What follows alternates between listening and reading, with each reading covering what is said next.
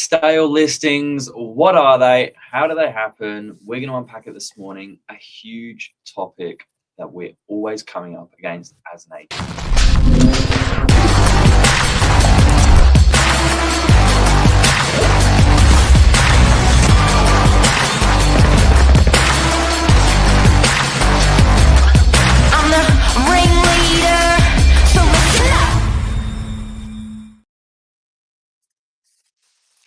Yes, yes, yes. The stale listing, Billy. Week 1, it's all fresh and polished, full of promise. Week 2, still hopeful.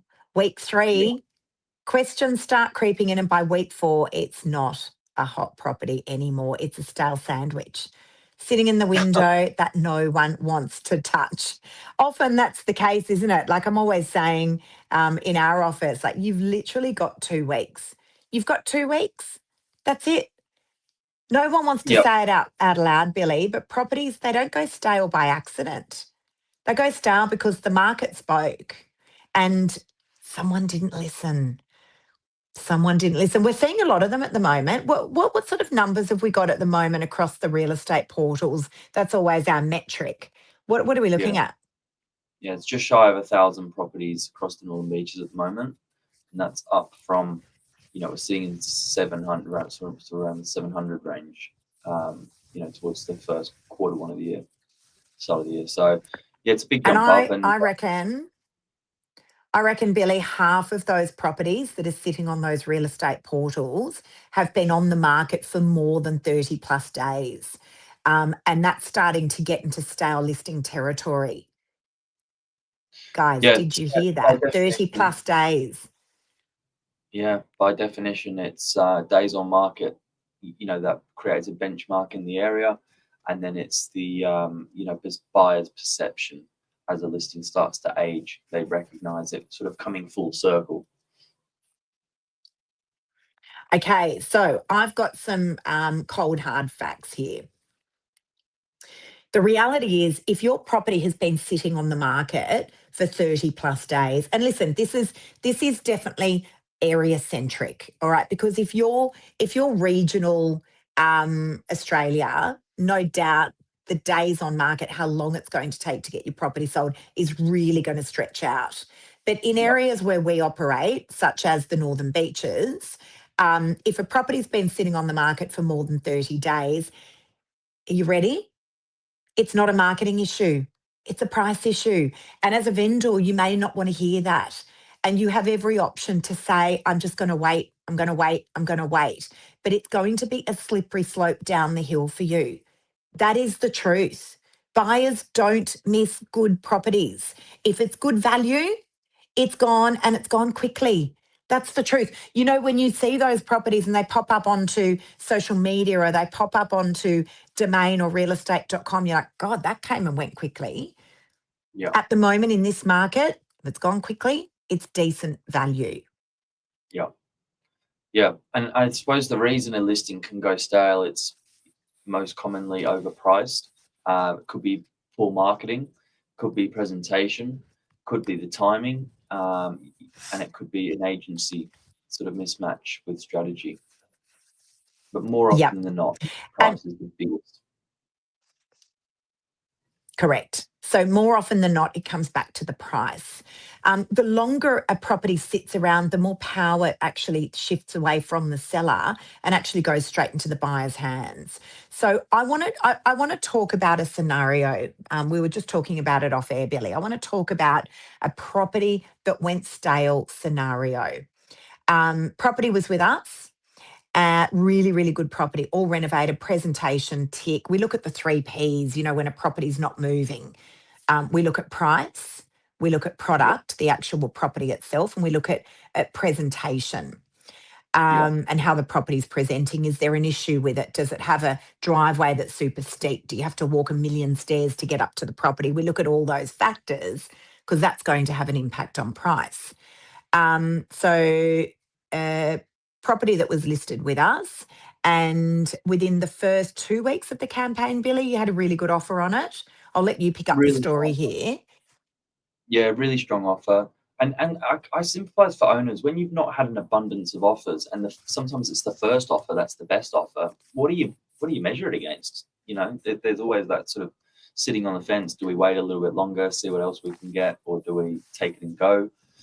But in this case, the settlement terms didn't quite align for the owner. The price was phenomenal, but the settlement terms let them down a bit, put them into a bit of a stressful position where they would have had to accept it and move quite quickly.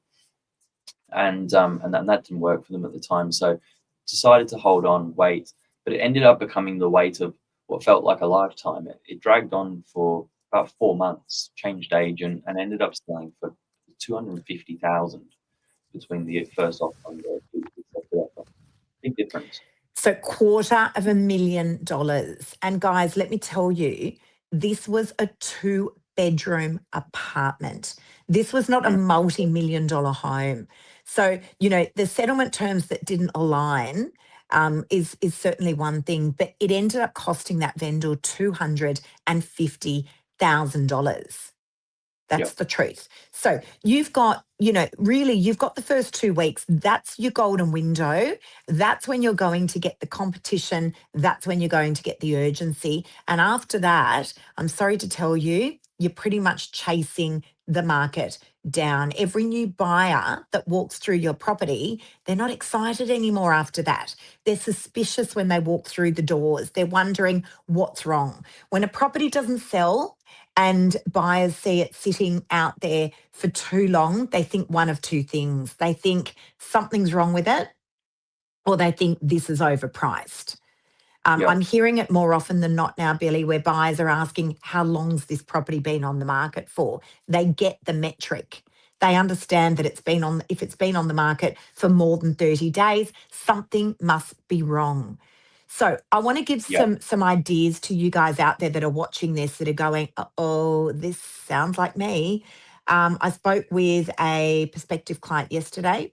Property's been on the market for a very long time, approximately 160 days. It's a stunning property. Yeah. And I asked that vendor, I said, I'd like to ask you, the listing's not with me. I said, I'd like to ask you, what are your thoughts on your marketing? She said, I never liked the photos. I said, okay, I believe there's problem number one. I said, the listing agent, the one that you signed with, are they turning up to do the open homes? The vendor said, no, they're not. They're sending their assistant, and I don't believe that agent knows a huge amount about my property. There's red flag number 2. Never put a great buyer in front of a not so great agent. Problem. Then there's the price. I said, where are the offers coming in? She said, we haven't had any. I said, so you've been on the market for 160 days and you haven't had a single offer? She said, no. Problem. Price. Yep. So there's a whole lot of factors here. Now, I feel like we do the cleanup after a listing's gone stale really well, Billy. Can we just have a quick chat about what that might look like? Just let's throw a lifeline out there to people. Well, initially it's that choice of relisting or withdrawing from market, and sometimes it's a bit of both. It's arresting the property in between them coming back online. But usually it involves completely reinvigorating the campaign. I mean, we're talking those 3 Ps you mentioned earlier: price, product, promotion. It's a whole new start. So we're definitely not using the same photos. They've already been put out to the marketplace. We're definitely not using the same pricing strategy. It's not going to work differently. We're definitely not taking shortcuts in the promotion side of things. And it's then got to come with a whole different sense of strategy and energy. I think, by this point, sellers' emotions are already down. They're fatigued. So they're looking for that fresh start as well. And they're just looking for, 9 times out of 10, a lot of honesty. There's a lot of trust in that as well. And a new sense of style and approach. And without the overheads, because they've already probably spent about 10 to 15,000 in marketing as well. Yep. Yeah, you 100% nailed it. And so what I find when I'm speaking with vendors that have got listings, with other agents, and they've called me and said, Lisa, don't know what to do. What can you suggest? Often they've gone with an agent and they promised them the world and then didn't come through with the delivery. Sometimes it is the market, of course, but sometimes there's other factors there that are involved. And the best analogy I can give is the operation was a success and the patient died on the table. And now it's come over to us, an analogy, guys, and we're having to perform open heart surgery on this patient. And it's got to be built from the ground up. In terms of what we do, we will not absolutely refuse to use another agent's photos. The whole campaign has got to be burnt to the ground and it's got to be rebuilt again. And as you mentioned, Billy, there's so many factors that go into it, but I feel like we've got the blueprint for this strategy. I really do. Yeah. But speaking with vendors that have been on the market for too long with other agents, the trust is completely gone. Yeah. It's gone. They don't trust that the agent can pull it together. They don't trust that the offers were where they needed to be. They don't trust the feedback. They don't trust that they turned up to their open home, and they've usually spent tens of thousands of dollars in marketing. So we've got a strategy around that as well, guys. We are not charging tens of thousands of dollars in marketing. In fact, we're charging dollars and cents. So there is a lifeline out there. If you're watching this and you really feel like this is resonating with you, please reach out to us. I could show you hundreds of case studies where we've then relisted properties that have been on the market for too long and we've resold them, and it's happened quickly. It's happened quickly. It really has. By that point, you've hopefully got an understanding where the property's sitting in the market, with feedback. But I do, as I'll say it again, I sympathise with owners when they've not had offers. Low offers, it could be a reflection of the market. No offers, that's a mistake of the agent. Yep. Absolutely agreed. Guys, hopefully this has been of help to some of you out there.